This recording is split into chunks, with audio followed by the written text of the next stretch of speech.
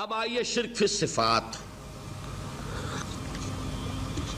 میں نے عرض کیا تھا کہ یہ ایک بڑا علمی مسئلہ ہے اور اس میں ٹھوکر لگ جاتی ہے۔ وجہ کیا ہے اس کو سمجھ لیں۔ بنیادی بات، ہماری زبان جو ہے وہ بہت محدود ہے۔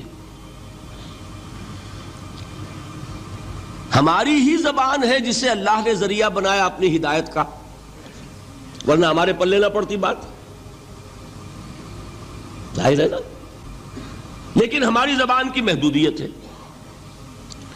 اس محدودیت کا ایک مظہر یہ ہے کہ ہم جو الفاظ اللہ کے لیے بطور صفت استعمال کرتے ہیں وہی الفاظ مخلوقات کے لیے بھی کر لیتے ہیں۔ اللہ موجود، ہم بھی موجود۔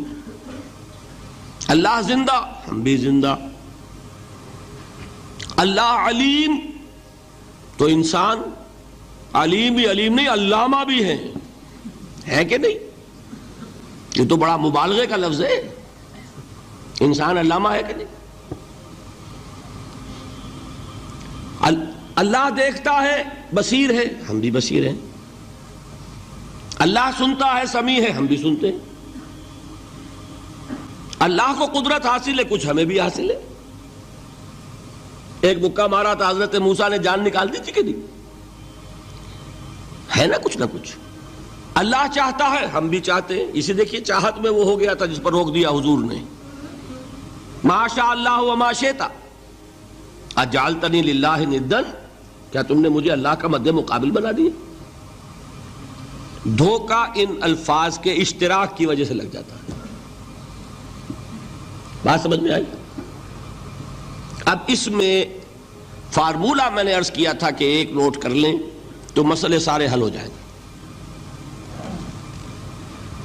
جب ہم کوئی لفظ بطور صفت اللہ کے لیے بولتے ہیں اور اسی لفظ کو مخلوق میں سے کسی کے لیے بولتے ہیں، مخلوق میں سب آ گئے، جمادات، حیوانات، انسان، اولیاء اللہ، فرشتے، انبیاء، رسول، سب مخلوق تو ہے نا۔ تو کل مخلوقات کو جب ہم ایک لفظ بطور صفت استعمال کریں گے اللہ کے لیے اور اسی لفظ کو استعمال کریں گے بندوں کے لیے، تو ان میں تین فرق ہیں جو ذہن میں رہنے چاہیے۔ گن کر یاد کیجئے۔ اللہ کی ذات قدیم ہے، ہمیشہ سے ہے۔ اسی طرح اس کی صفت بھی قدیم ہے، ہمیشہ سے ہے۔ مخلوقات حادث ہیں، ان کی صفات بھی حادث ہیں۔ حادث قدیم کے مقابلے میں کہ پہلے نہیں تھی پھر ہو گئی۔ ایک فرق، اللہ کی ذات از خود ہے، کسی اور نے تو اس کو وجود نہیں بخشا نا۔ اللہ کا وجود از خود ہے، ذاتی ہے۔ اسی طرح اس کی صفات ذاتی ہیں، کسی اور کی عطا کردہ نہیں ہے۔ مخلوق کوئی ہو کسے باشد، ان کا وجود ذاتی نہیں، عطائی ہے۔ اللہ نے دیا تو وجود ملا۔ اسی طرح ان کی صفات عطائی ہیں، ذاتی نہیں۔ دو فرق ہو گئے۔ اللہ کی ذات مطلق ہے، لا محدود۔ اسی طرح اس کی صفات مطلق ہیں، لا محدود۔ مخلوق کی ذات محدود، کسے باشد، صفت بھی محدود۔ تین فرق ہے، ذاتی، عطائی، قدیم، حادث، لا محدود، محدود۔ تین فرق ذہن میں رہیں تو جو صفت بھی آپ اب بولیں گے اس میں یہ تینوں باتیں ذہن میں رہیں۔ سمجھ میں آ گئی بات؟ اب اس کا اطلاق کیجئے تو یہ علم غیب کا مسئلہ حل ہو جائے گا۔ یہ بھی لا ینحل سمجھا جاتا ہے نا۔ علم کسی کا بھی ہو، انسان، فرشتہ، اولیاء، انبیاء، رسول، حضور صلی اللہ علیہ وسلم، کسی کا بھی حادث ہے، قدیم نہیں ہے۔ عطائی ہے ذاتی نہیں ہے، محدود ہے لامحدود نہیں ہے، تین باتیں مان لیں شرک نہیں ہوگا، ان میں سے ایک کو ساقط کر دیں شرک ہو جائے. آئی بات سمجھ؟ اللہ کی قدرت ذاتی ہے، عطا کردہ نہیں. مخلوق میں جس کو قدرت حاصل ہے وہ عطائی ہے، ذاتی نہیں. اللہ کی قدرت لامحدود، یفعل ما یشاء فعال لما یرید علی کل شیء قدیر. ہم مخلوق کوئی بھی ہو اس کی قدرت محدود. اللہ کی قدرت جب سے وہ ہے ہمیشہ سے ہے، ہمیشہ سے قدرت بھی ہے. اور مخلوق میں سے قدرت یہ حادث ہے. تینوں چیزیں سامنے رہیں شرک نہیں ہوگا. ایک چیز کی بھی کمی ہو گئی شرک ہو جائے. یہ ساری صفات پر لے آئیے. اللہ کی حیات ذاتی، ہماری عطائی. لائی حیات آئے، قضا لے چلی چلے، اپنے بس میں نہ آنا تھا نہ جانا ہے. زندگی اس کی عطا کردہ ہے، جب چاہے لے لے. اللہ کی حیات بھی ایسی ہے کیا؟ ذاتی الحی. ہماری حیات محدود، ویسے بھی محدود. موت آئے گی شاید ختم ہو جائے. چلیے موت ختم نہیں کرتی، ہم سمجھتے ہیں کہ وہ ہماری ابدی ہے. محدود اس معنی میں تو ہے کھانے کو نہ ملے تو کمزوری، ذرا کام کیا تو تکان، نیند بھی آ رہی ہے، اونگ بھی آ رہی ہے. اور اس کی حیات الحی القیوم لا تاخذہ سنۃ ولا نوم. حیات ذاتی ہے، لامحدود ہے اور قدیم ہے. یہاں حیات عطائی ہے اور حادث ہے اور محدود ہے. ساری صفات اس کو ذہن میں رکھ لیجئے. تو اب دو مسئلے میں یہاں حل کر دوں. جو لوگ کہتے ہیں حضور کو علم غیب نہیں تھا اور جو کہتے ہیں تھا، بدقسمتی سے دونوں نے ڈیفینیشن علیحدہ کر لی. جو ڈیفینیشن نفی کرنے والوں نے کی ہے اس کی وجہ سے، اس کے اعتبار سے واقعتاً نہیں تھا. انہوں نے ڈیفینیشن یہ کی ہے، تعریف یہ کی ہے، وہ علم جو خود حاصل ہو جائے. اللہ کا عطا کردہ علم جو ہے وہ کہتے ہیں وہ غیب نہیں ہے. تو وہ بھی مانتے ہیں کہ ہر علم جو حضور کو حاصل ہے وہ اللہ کا عطا کردہ. میں سائی والی میں یہ سارے مرحلے میں نے طے کیے نا اپنے زمانہ طالب علمی میں. مولانا منظور احمد شاہ صاحب ہیں سائی وال میں ایک، میں ان کے پاس حاضر ہوا. میں نے کہا جی یہ مسئلہ کیا ہے علم غیب کا، مجھے ذرا سمجھائیں. انہوں نے ایک کتاب اپنی نکالی کہ دیکھیے صاحب، ہم حضور کے علم کے بارے میں یہ باتیں مانتے ہیں. حضور کا علم حادث ہے، قدیم نہیں ہے. حضور کا علم محدود ہے، لامحدود نہیں ہے. حضور کا علم عطا کردہ ہے، ذاتی نہیں ہے. میں نے کہا یہ تین باتیں اگر آپ مان لیں تو میرا تو جھگڑا کوئی نہیں آپ سے.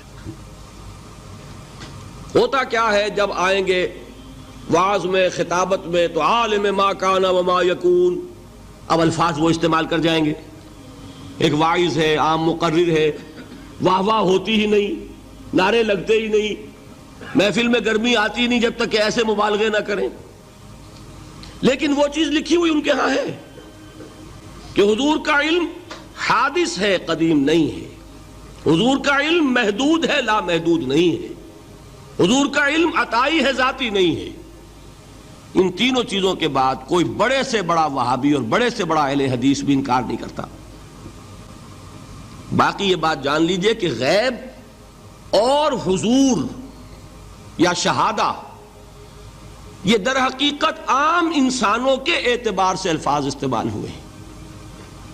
جب قرآن میں کہا جاتا عالم الغیب والشہادہ، اللہ غیب اور جو ظاہر ہے یا موجود ہے سب کا جاننے والا ہے، تو مجھے بتائیے اللہ کے لیے کوئی غیب ہے؟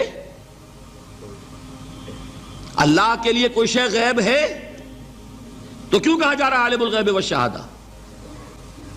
وہ ہمارے اعتبار سے کہا جا رہا ہے. جو تمہارے لیے غیب ہے اللہ اس کو بھی جانتا ہے، اور جو تمہارے سامنے اللہ اسے بھی جانتا ہے. اللہ کے لیے تو کل شہادہ ہے.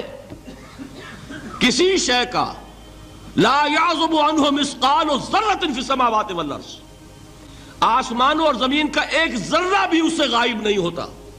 غیب کا وجود کیا اللہ کے لیے.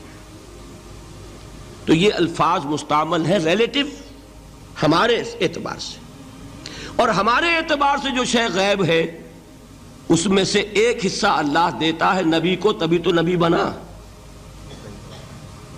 فرشتے کو دیکھا، فرشتہ ہمارے لیے غیب ہے. جنت دکھائی کہ نہیں دکھائی، ہمارے لیے غیب ہے کہ نہیں ہے. دوزخ کا مشاہدہ کرایا کہ نہیں کرایا، ہمارے لیے وہ غیب ہے کہ نہیں ہے. جو چیزیں ہمارے لیے غیب ہیں انہی کے پردے اللہ کچھ اٹھاتا ہے. کل غیب نہیں. کل غیب کا علم ہو جائے گا تو وہ شرک ہو جائے گا. کل کا لفظ جہاں آیا شرک ہوا.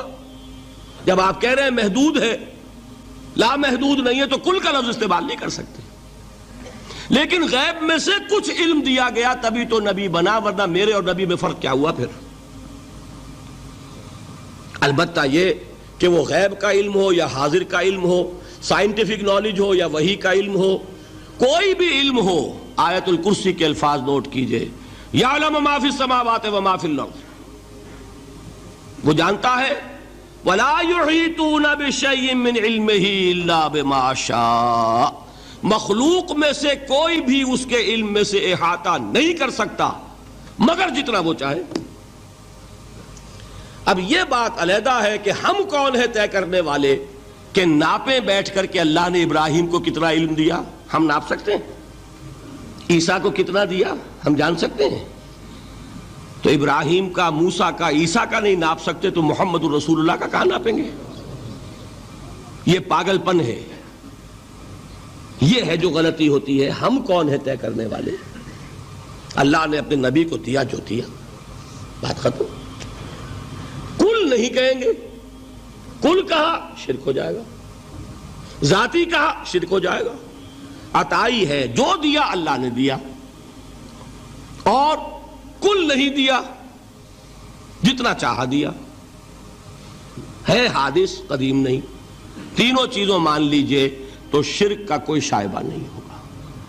باقی جہاں ایک طرف قرآن میں وہ آیات ہیں کہ اللہ کے غیب کو کوئی نہیں جانتا، ٹھیک، وہاں یہ بھی ہے کہ لا یظہر غیبہ، لا یظہر علی غیبہ الا من ارتضی بالرسول.